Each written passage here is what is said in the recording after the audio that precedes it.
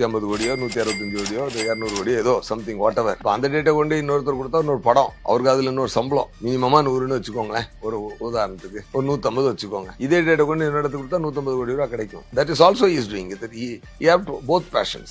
He has two passions. அது மாதிரி இது ஒரு பேஷன் மட்டும் இல்ல, ஹாபி. ஹாபி கம்பேஷன் அவருக்கு. அதனால sir I am happy for him really. அவர் விரும்பிய ஒரு விஷயத்துல இந்தியாவுக்கும் போய் சேர்க்கிற அளவுக்கு ஒரு வேலையை பண்றாருன்னு சொன்னா I feel very happy for him. எப்பவுமே முன்னாடியே பைக் வச்சுட்டு சுத்திட்டு இருப்பாரு. அந்த ரேஸ் அதுல வந்து ஒரு பயங்கர நம்ம வாய்ப்பு கொடுத்த ஒரு நடிகர், நண்பர், மென்டார்னு கூட நீங்க குறிப்பிட்டிருந்தீங்க. ஆமா, இவர் இப்படிப்பட்ட ஒருத்தர் வந்து இன்னைக்கு அவர் விரும்பிய ஒரு விஷயத்துல இந்தியாவுக்கும் போய் சேர்க்கிற அளவுக்கு ஒரு வேலையை பண்றாருன்னு சொன்னா இப்ப அந்த டேட்டை கொண்டு இன்னொருத்தர் கொடுத்தா இன்னொரு படம் அவருக்கு அதுல இன்னொரு சம்பளம் 150 கோடியோ 165 கோடியோ 200 கோடியோ ஏதோ சம்திங் வாட் எவர். மினிமமா 100ன்னு வச்சுக்கோங்களேன். ஒரு உதாரணத்துக்கு ஒரு 150 வச்சுக்கோங்க. இதே டேட்டை கொண்டு இன்னொரு இடத்துக்கு கொடுத்தா 150 கோடி ரூபாய் கிடைக்கும். That is also is doing it. He have to both passions. He has two passions. அது மாதிரி இது ஒரு பேஷன் மட்டும் இல்ல, ஹாபி. ஹாபி கம்பேஷன் அவருக்கு. அதனால sir I am happy for him really. நாட்டுக்கு ராஜா வந்தாலும் வீட்டுக்கு புருஷன் தானேயா.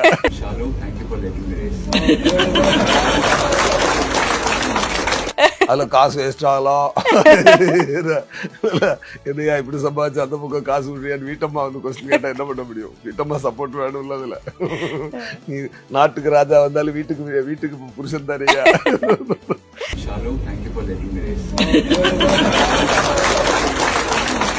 சோ அந்த ஆஃப் ஸ்கிரீன் கெமிஸ்ட்ரி நீங்க அப்ப பாத்திருக்கீங்களா சார்? அவங்களுக்குள்ள இருக்கிற அந்த ஆஃப் ஸ்கிரீன் கெமிஸ்ட்ரி நான் அவ்வளவு ஃபாலோ பண்ணேன். நான் அந்த வாலி டைம்ல தானே நான் சாரோட அதுக்கப்புறம் அவர் வேலையில போயிட்டார், நான் வேலையில போயிட்டார். ரொம்ப நாளைக்கு அப்புறம் ஐ மெட் ஹிம் இன் விடாமுயற்சி shooting spot.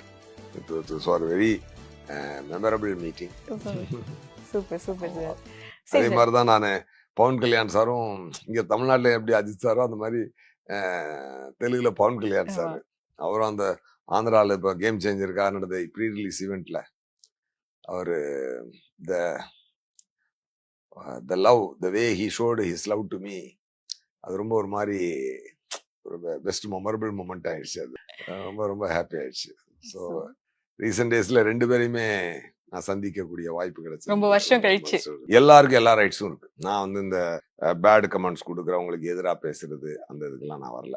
You have the right, you have your own rights, you have all rights to say anything. யார எப்படி அப்படின்றது, இப்போ நீங்க ஒரு வீட்டுல போய் நல்லா சாப்பிட்டுருக்கீங்க, நீங்க ஒரு ஹோட்டல்ல போய் நல்லா சாப்பிட்டு, வீடுன்னு சொல்ல வேண்டாம், ஒரு ஹோட்டல்ல போய் நல்லா சாப்பிட்றீங்க, அவங்க நீங்க கொடுத்த காசுக்கு மேல உனக்கு சாப்பாடு போட்டிருக்கான் இத்தனை வருடங்கள் அப்படின்னா ஒரே ஒரு சின்னத்தை புரிந்தா உடனே போட்டுட்டா ஆய்ப்போய் அப்படின்லாம் தட் இஸ் நாட் ரைட்.